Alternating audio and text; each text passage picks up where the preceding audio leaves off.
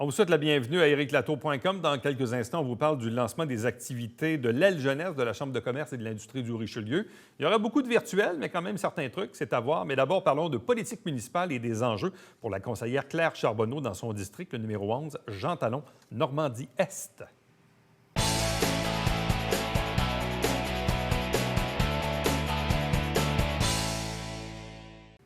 Parlons politique municipale parce qu'au-delà de cette pandémie et de la COVID-19, évidemment, les affaires courantes continuent. On est quand même à tout près d'un an de la prochaine élection municipale et on a recommencé depuis le début septembre à parler plus des enjeux dans les différents quartiers, les différents districts électoraux. Aujourd'hui, on se transporte du côté du secteur Jean Talon, Normandie-Est, à Saint-Jean-sur-Richelieu, avec la conseillère Claire Charbonneau. Bonjour et bienvenue. Bonjour, Éric. Bon, et qu'est-ce qui s'est passé dans le district numéro 11 depuis votre élection à aujourd'hui? Si on regarde juste dans les 2-3 dernières années, en même temps, c'est un district où il y a quand même beaucoup d'immeubles à logement. Oui. C'est un quartier qui est, somme toute, pas mal tout bâti, donc il n'y a pas tant d'enjeux d'infrastructure, mais il y a toujours des enjeux quand même dans un quartier. Pour vous, c'était quoi les principaux enjeux dans les dernières années? Bien, il y a eu la construction du réseau sélection, là, la maison de personnes âgées au coin de la Berge et Plante. Oui. Ça a été une grosse affaire parce qu'il y avait du bruit, puis l'acceptabilité des citoyens, mais ça a été quand même bien.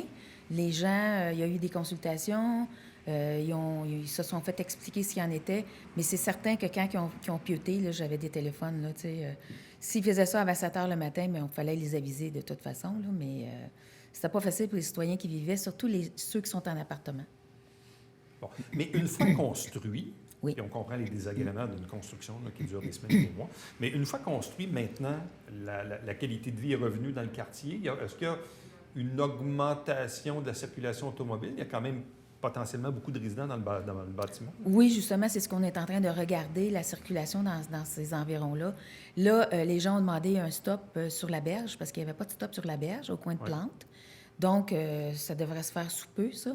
Et puis, ça a passé au comité de circulation. On a demandé des piétonniers aussi. Mais là, il n'y a pas de trottoir dans ces rues-là. Donc, on va regarder pour la possibilité de mettre des trottoirs pour sécuriser les gens qui se promènent à pied. Parce que les personnes âgées, quand même, ils se promènent à pied parce que le centre d'achat n'est pas loin.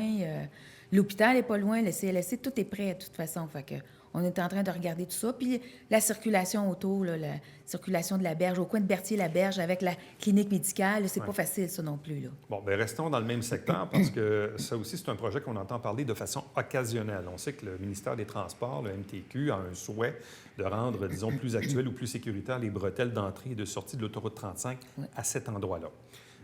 Je sais aussi que la Ville avait déjà, je pense, acheté le terrain de l'ancienne concession Chrysler, dans l'hypothèse où un jour on se serve de cet espace-là pour faire les fameuses bretelles. Qu'est-ce qu'on sait du projet du MTQ par rapport à ça aujourd'hui? Bien là, surtout avec la pandémie, c'est comme mis sur la glace. Là. Pas pour l'instant, il y a d'autres priorités que ça. Mais c'est pas fermé non plus. On avait eu des lettres du MTQ. C'est pas fermé, mais disons que la pandémie retarde quand même certains projets. Donc, c'est un des projets qui est retardé un peu. Bon. En même temps, c'est un secteur aussi qui est un peu étrange. On le sait, autrefois, il y avait beaucoup de concessions automobiles. Ça s'est transformé. Il y a le réseau sélection qui est là aujourd'hui, mais il y a encore certains terrains vacants, si on veut, où il y avait le Ginor Hyundai à l'époque, ou la concession Mazda. C'est pas le coin de la ville qui est le plus beau. Non, ça c'est vrai.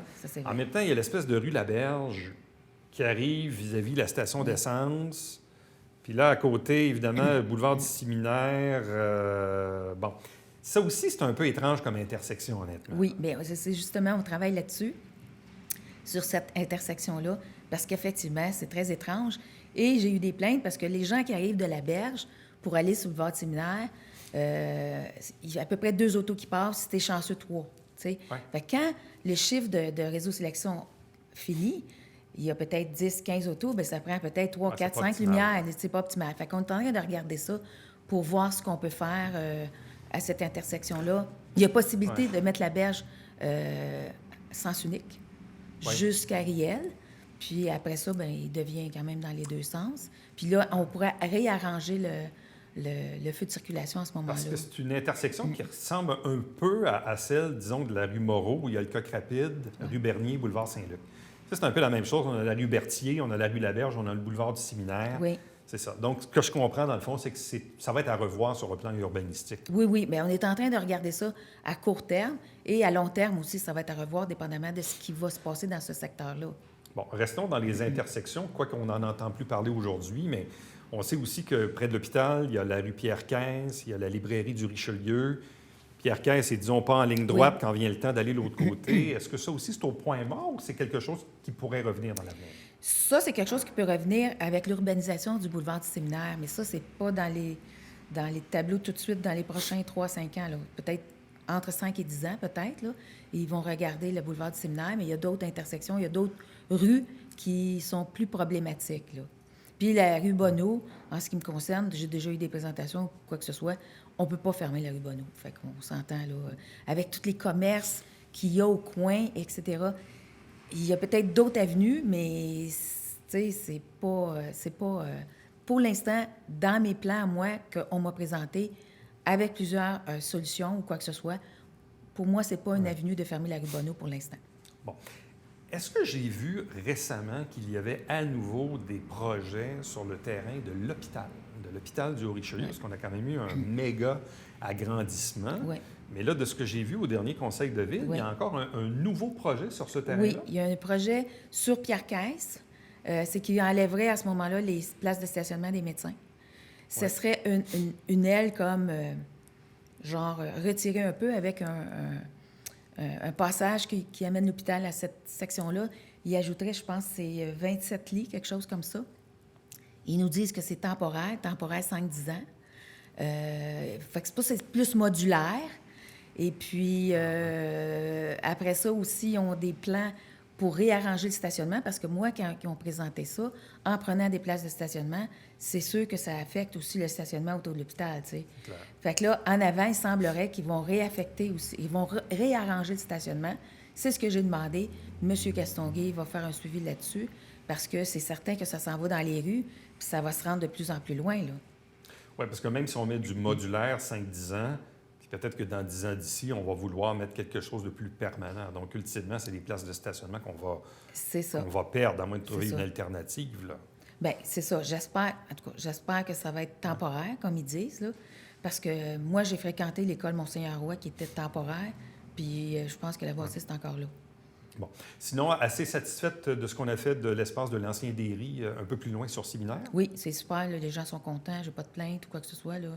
C'est super beau quand tu arrives, là, la belle bâtisse, là, puis les gens, les commerces puis les bureaux qui sont là, c'est super beau. Bon.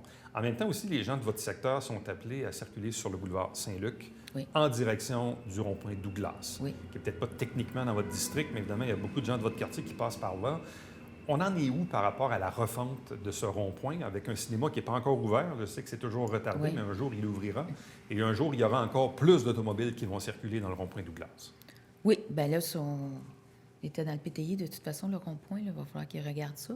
Mais l'urbanisation de boulevard Saint-Luc aussi s'en vient de très, très près, de plus en plus.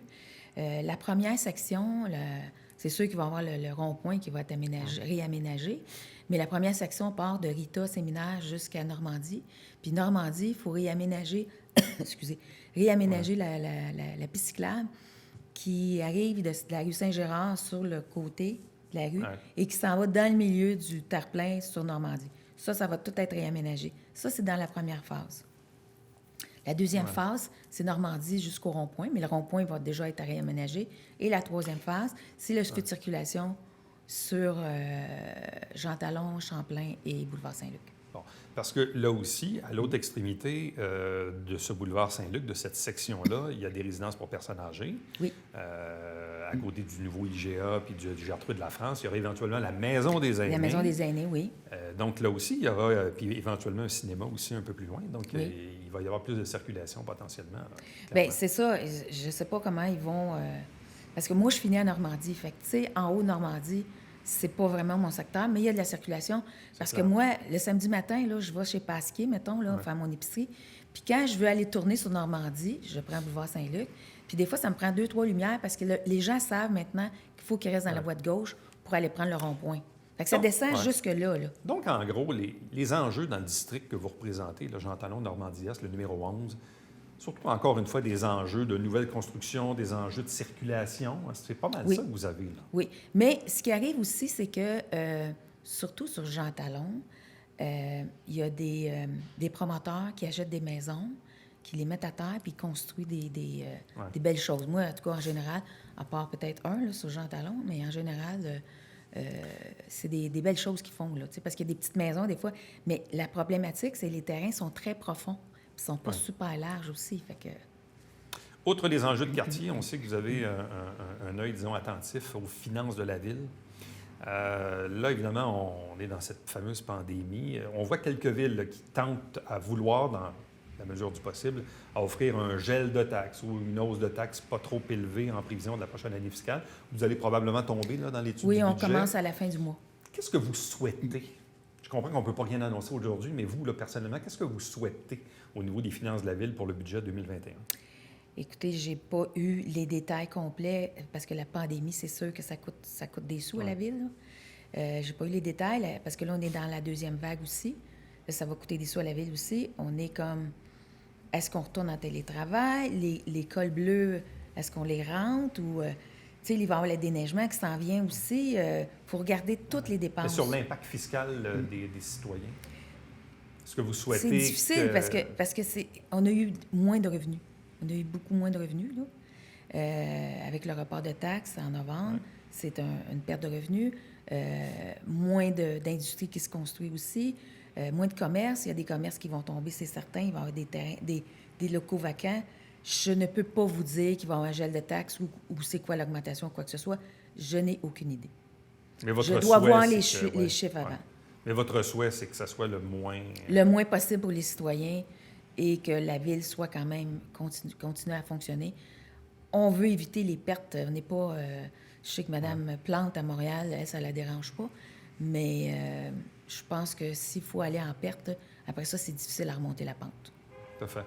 Et là, il vous reste à peu près, disons, 1 an avant la prochaine élection. Qu'est-ce que vous souhaitez voir se réaliser, à tout le moins dans la prochaine année? Soit dans votre quartier ou dans la ville en général?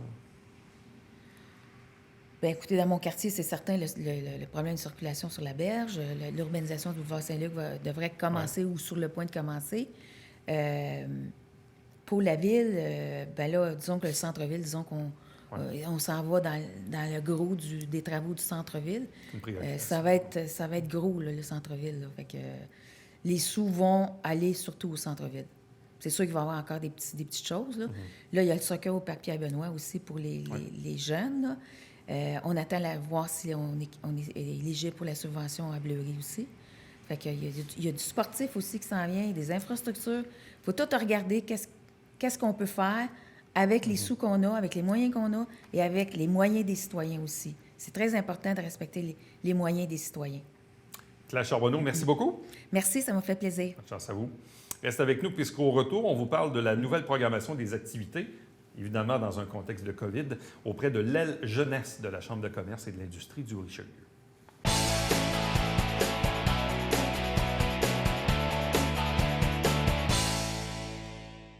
Mesdames et messieurs, bonjour et bienvenue à la Justice entre nous. Mon nom est Sylvain.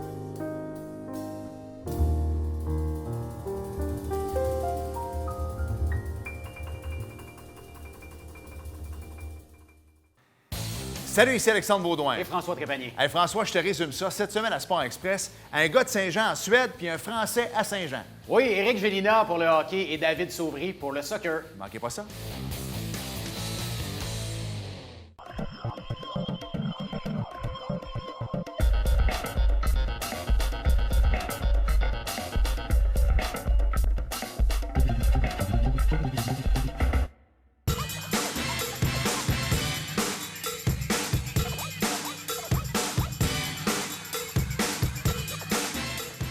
Dimanche, 9h30, Télé Bingo, on vous attend.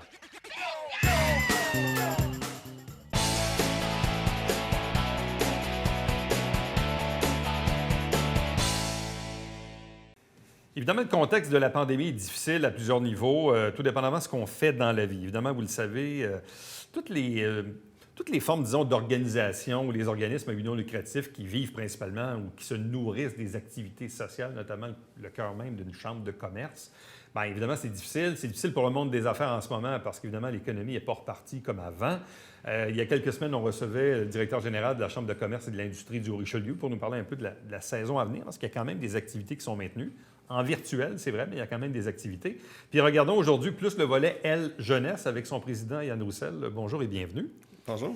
Bon, et comment ça se passe de votre côté? Parce que là, vous avez procédé la semaine dernière, disons, au lancement de votre programmation 2020-2021. Est-ce qu'on s'est cassé un peu la tête pour savoir, bon, comment on va faire ça, avoir des activités pour l'aile jeunesse en temps de pandémie?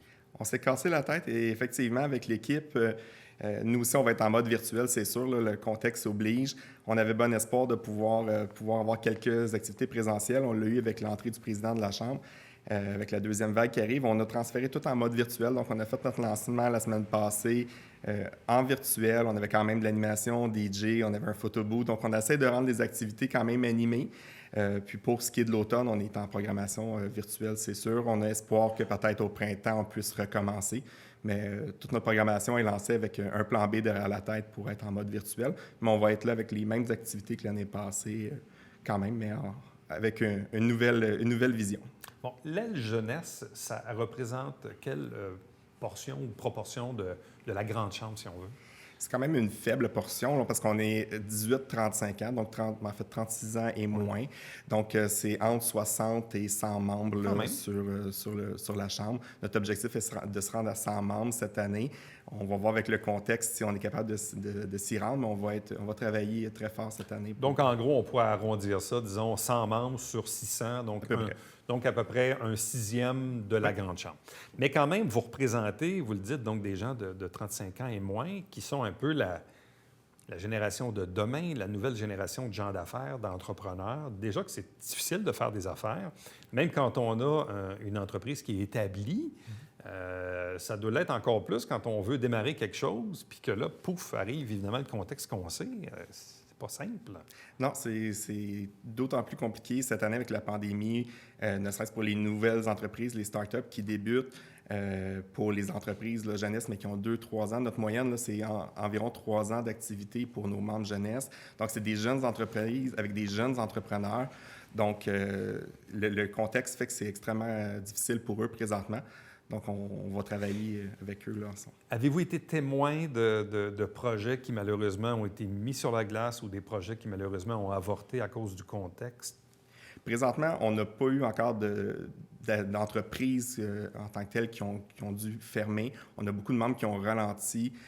Par contre, on a beaucoup de membres aussi qui ont su se renouveler, qui ont su sortir une nouvelle offre de service. Tout le monde est en mode virtuel. Là, notre meilleur ami, c'est rendu Zoom, c'est rendu Team. Mais nos membres, jusqu'à maintenant, là, ont fait preuve de beaucoup d'imagination, d'innovation pour se sortir la tête de l'eau. Bon, il y a un exemple qui me vient en tête parce qu'il est frappant. Xavier Pilon-Fauché qui a ouvert son restaurant Xoplace.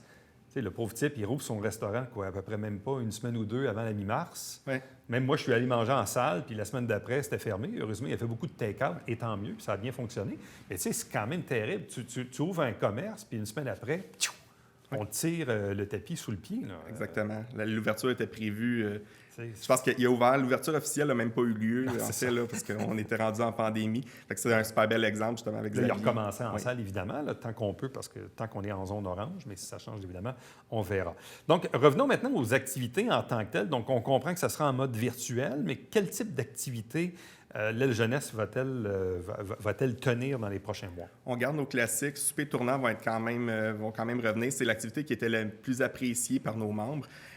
Pour permettre vraiment du réseautage très de proximité, parce qu'on est 4-5 autour de la table, donc on peut vraiment parler ensemble. On va nous ramener en mode virtuel, donc on va chercher des collaborateurs. Justement, on va encourager des membres jeunesse en restauration. On va faire une formule livrée à la maison dans l'après-midi. Les gens vont pouvoir se connecter sur Zoom. On va quand même faire des petites salles de 4 à 5 personnes qui vont rouler aux 20 minutes.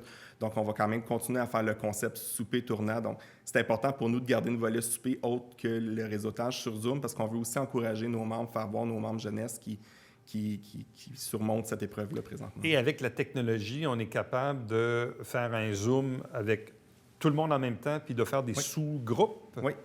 Donc, la Zoom a fait beaucoup de mises à jour aussi pas dans les derniers mois, mais ouais. l'application Breakout Room, en fait, là, était déjà existante. Donc, on peut prendre notre groupe qui soit 50, 60 personnes, le diviser en sous-groupes par la suite pour faire des petites salles de 4 à 5 personnes puis aux 20 minutes, on va les changer. Donc, les gens vont quand même pouvoir échanger avec une vingtaine de personnes, one-on-one, si on peut dire.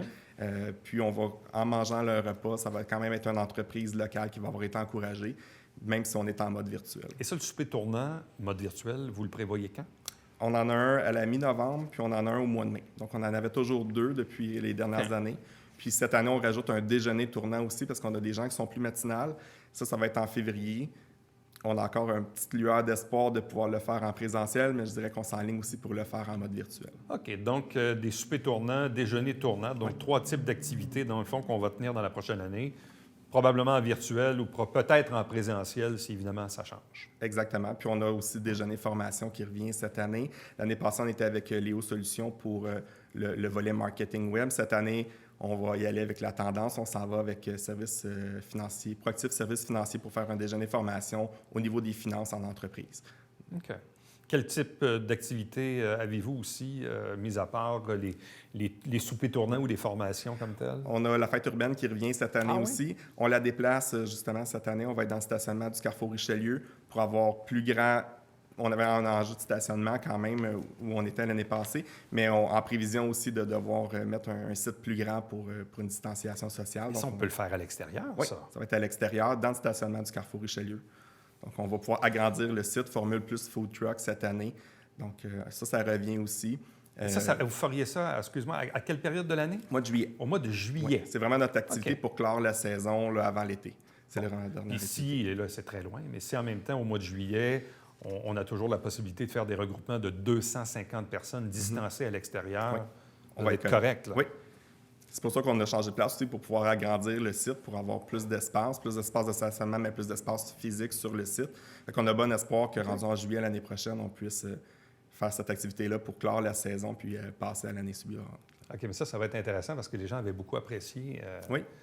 Les premières éditions. Là. Oui, on a 2 éditions. De fait, l'année passée, on avait dû nous reporter là, à l'automne à cause de la pluie, mais là, on le fait en juillet cette année. OK. Est-ce qu'on a autre chose au menu aussi? Nouveauté, cette année, on lance un nouveau projet qui est la cohorte de soutien. Donc, on avait fait une table de discussion avec nos membres jeunesse cette année, au mois de juillet. On a fait une table virtuelle pour connaître les enjeux des membres. Bien sûr, les enjeux là, liés à la COVID, mais les enjeux en entreprise. Puis, c'est suite à l'idée d'un membre. En fait, c'est un de nos membres, Jonathan Ménard, qui nous avait soulevé une point que ce serait une fun que l'aile jeunesse, on donne un support un peu plus particulier aux membres jeunesse. Donc, on lance la cohorte. Le 29 octobre, c'est le lancement officiel qu'on va dévoiler la programmation. C'est une cohorte qui va commencer en janvier. C'est 12 entrepreneurs membres jeunesse qui vont se suivre pendant 6 mois, à raison d'une fois par mois, avec des intervenants pour tant la santé physique, santé psychologique, santé financière de l'entreprise. Donc, c'est pour leur permettre d'échanger, d'avoir des ateliers avec des professionnels, de créer des liens entre entrepreneurs aussi pour surmonter les défis. On avait justement un sondage là, sur en fait, le pourquoi on a parti la cohorte, un sondage du regroupement des jeunes chambres de commerce en 2018 qui disait que plus de 70% des jeunes entrepreneurs vivaient une détresse psychologique à un moment ou à un autre de leur carrière. Donc, on a décidé de lancer cette cohorte-là avec des professionnels de la région qui vont venir donner des ateliers. Puis le groupe va se suivre comme ça là, pendant 6 mois. Puis on espère que ça va devenir une activité récurrente d'année. Mais en même temps, dans le contexte actuel, c'est encore doublement utile. Là. Oui. Oui, on le voit justement là, par la table de discussion qu'on a fait. On était en plein milieu de la pandémie là, au mois de juillet. Puis les jeunes entrepreneurs avaient besoin d'aide, avaient besoin de support. Décrocher aussi du monde de leur entreprise. Souvent, c'est eux, leurs conjointes, les enfants, travaillent à la maison, travaillent au bureau. Donc, de pouvoir sortir du contexte de travail, ça va se faire un petit peu de façon informelle, dans un restaurant, dans un centre de soins.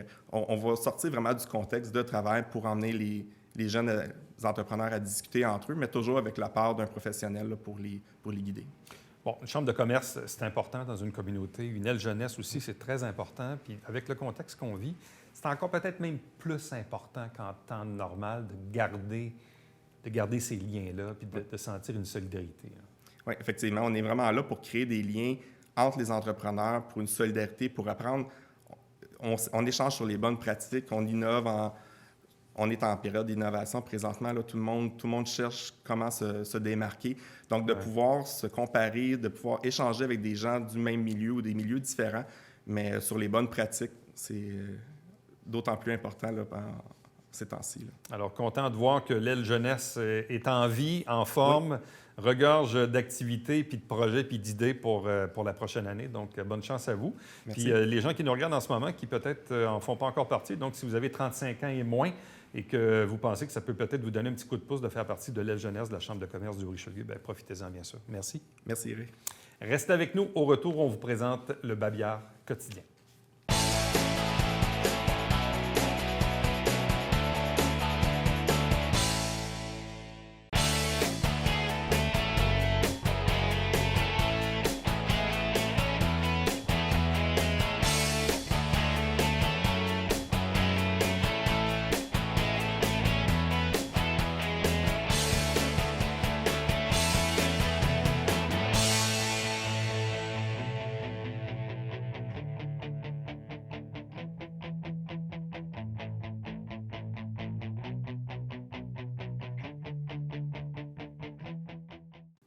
Pandémie ou pas, on a besoin de sang. Donc, il y a une collecte qui est organisée via Emma Québec. C'est les 4 et 5 novembre de 13h30 à 20h au pavillon Mille-Roches à Iberville. Mais attention, c'est sur rendez-vous. Vous avez l'adresse courriel pour vous inscrire.